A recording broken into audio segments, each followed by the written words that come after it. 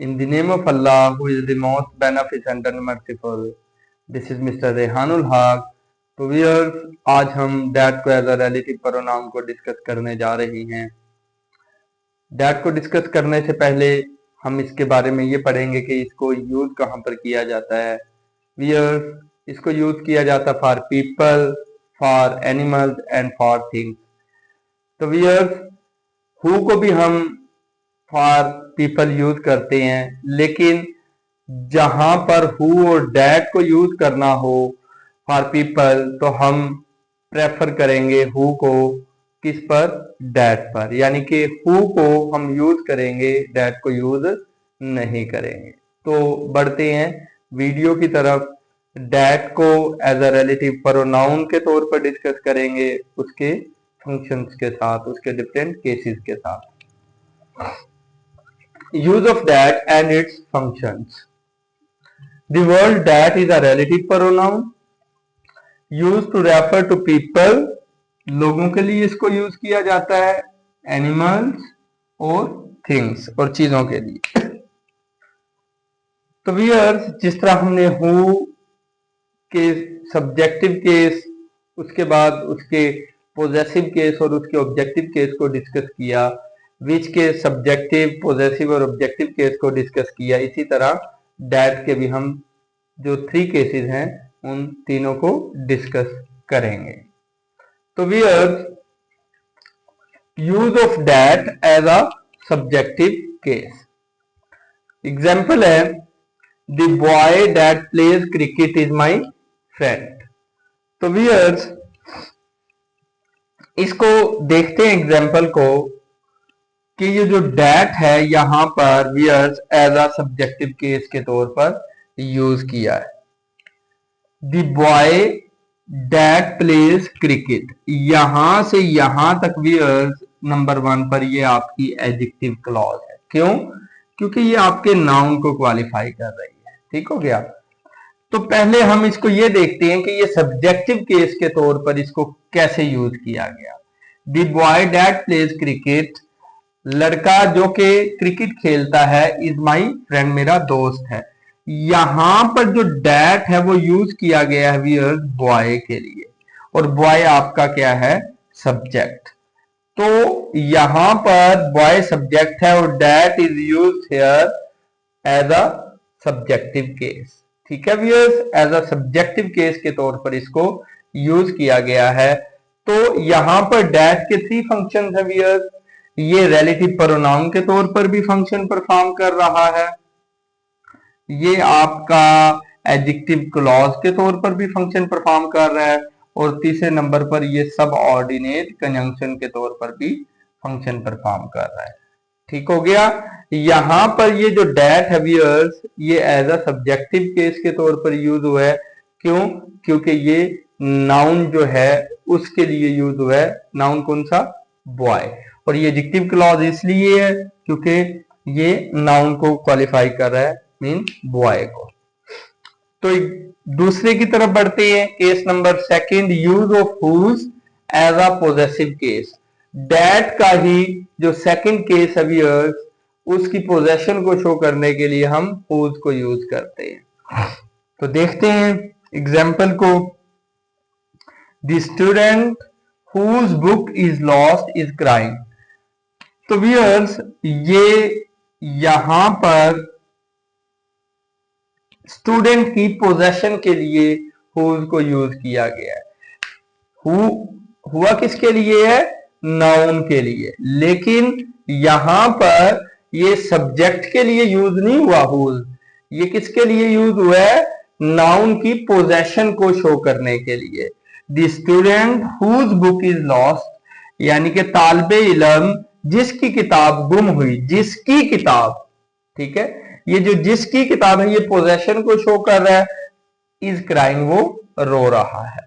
तो व्यूअर्स, यहां पर जो हुज है ये एज अ पोजेसिव केस के तौर पर हमने इसको यूज किया है. तो क्वालिफाई किसको कर रहा है? नाउन को. लेकिन यहां पर नाउन को तो क्वालिफाई कर रहा है हुज, और लेकिन यहां पर एज अ सब्जेक्टिव केस के तौर पर यूज नहीं हुआ. ये पोजेशन को शो कर रहा है, किसकी? सब्जेक्ट की, मींस नाउन की, स्टूडेंट की। उसके बाद use of that as an objective case. That को ऑब्जेक्टिव केस के तौर पर डिस्कस करेंगे। जैसे हमने डिस्कस किया कि दैट जो है और हु जो है व्यूअर्स, वो ह्यूमंस के लिए दोनों को यूज कर सकते हैं, लेकिन दैट थिंग्स के लिए भी यूज होता है, एनिमल्स के लिए भी और ह्यूमंस के लिए भी, मींस पीपल के लिए। तो हमने जो दैट को यहां पर यूज किया है ऑब्जेक्टिव केस के लिए, 2 एग्जांपल्स को हमने कोट किया है। एक में हमने ह्यूमंस के साथ इसको यूज किया और एक में हमने थिंग के साथ इसको यूज किया। तो एग्जांपल की तरफ बढ़ते हैं। Use of that as an objective case. Example number 1, the man that we met was kind. इस एग्जांपल को भी गौर से समझिएगा कि यहां पर दैट ऑब्जेक्टिव केस के तौर पर कैसे यूज हुआ है। हमारे बहुत से व्यूअर्स एंड स्टूडेंट्स इन चीजों को अंडरस्टैंड करने में कंफ्यूज हो जाते हैं, यानी कि उनको इनके केसेस के अंदर डिफरेंशिएट करने का पता नहीं चलता।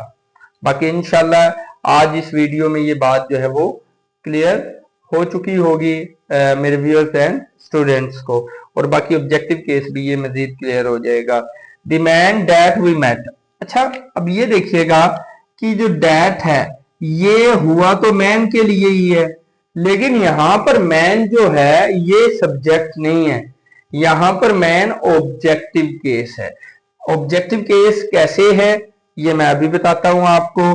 देखें, the man that we met, आदमी जिससे हम मिले।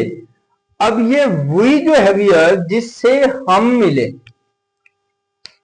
जो मिला है व्यूअर वो सब्जेक्ट है, तो जो वी है वो सब्जेक्ट है, और जिससे मिले the man that we met, वो आदमी जिससे हम मिले वो रहमदिल है। अब मिले किससे? इस आदमी से।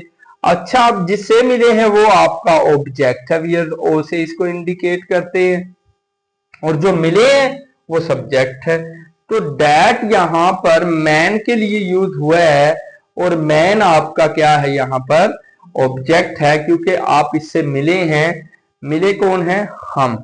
जो मिला है वो सब्जेक्ट है और जिससे मिले हैं वो ऑब्जेक्ट है। तो दैट यहां पर मैन के लिए यूज हुआ है व्यूअर्स, और एज एन ऑब्जेक्टिव केस के तौर पर।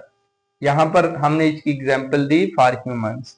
आगे हम थिंग्स के लिए इसको यूज किया है for objective case. The pen that she lost was new. वही एग्जांपल देखे, दैट किसके लिए यूज हुआ है? पेन के लिए। लेकिन व्यूअर्स यहां पर जो पेन है ये भी मैन की तरह ऑब्जेक्ट है। किस तरह? The pen that she lost, pen जो के शी लॉस्ट, उसने खो दिया, वाज न्यू, वो क्या था जी? नया था। अब शी क्या है? इसने खोया, जिसने खोया वो क्या है? सब्जेक्ट। ये व्यूअर्स आपका सब्जेक्ट है, इसको एस से इंडिकेट करते हैं। शी इज योर सब्जेक्ट है जी।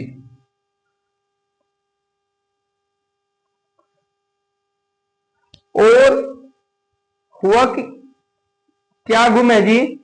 किसने गुम किया है जी? The pen that she lost, she ने गुम किया, ये आपका सब्जेक्ट है। और हुआ क्या है? जो हुआ है वो व्यूअर्स आपका ऑब्जेक्ट है। वो क्या है जी? ऑब्जेक्ट। तो पेन आपका ऑब्जेक्ट है, यानी कि the pen that she lost was new. That किसके लिए यूज हुआ है? पेन के लिए। लेकिन यहां पर पेन जो है ये आपका ऑब्जेक्टिव केस है। क्यों? क्योंकि ये गुम हुआ है, ठीक है, और गुम किया किसने है? शी ने। जिसने काम किया है वो आपका सब्जेक्ट है, और जो काम हुआ है मीन्स से गुम क्या हुआ है? आपका पेन। तो व्यूअर्स ये आपका ऑब्जेक्ट है। तो the pen that she lost was new, she is your here subject और पेन इज योर ऑब्जेक्ट। तो व्यूअर्स ये हमने 2 एग्जांपल्स ली ऑब्जेक्टिव केस के लिए। तो आज की वीडियो में हमने डेट को पढ़ा और उसके फंक्शंस को पढ़ा एज अ सब्जेक्टिव केस, उसके बाद एज अ पोजेसिव केस और उसके बाद एज ए ऑब्जेक्टिव केस। तो आई डू होप कि आपको आज की वीडियो समझ आ गई होगी, और आज की वीडियो में आपको किसी भी किस्म की कोई क्यूरी है तो आप मेरे इनबॉक्स में आकर पूछ सकते हैं, और फर्दर वीडियोस के लिए मेरे चैनल को सब्सक्राइब कीजिएगा। थैंक्स, अस्सलाम वालेकुम।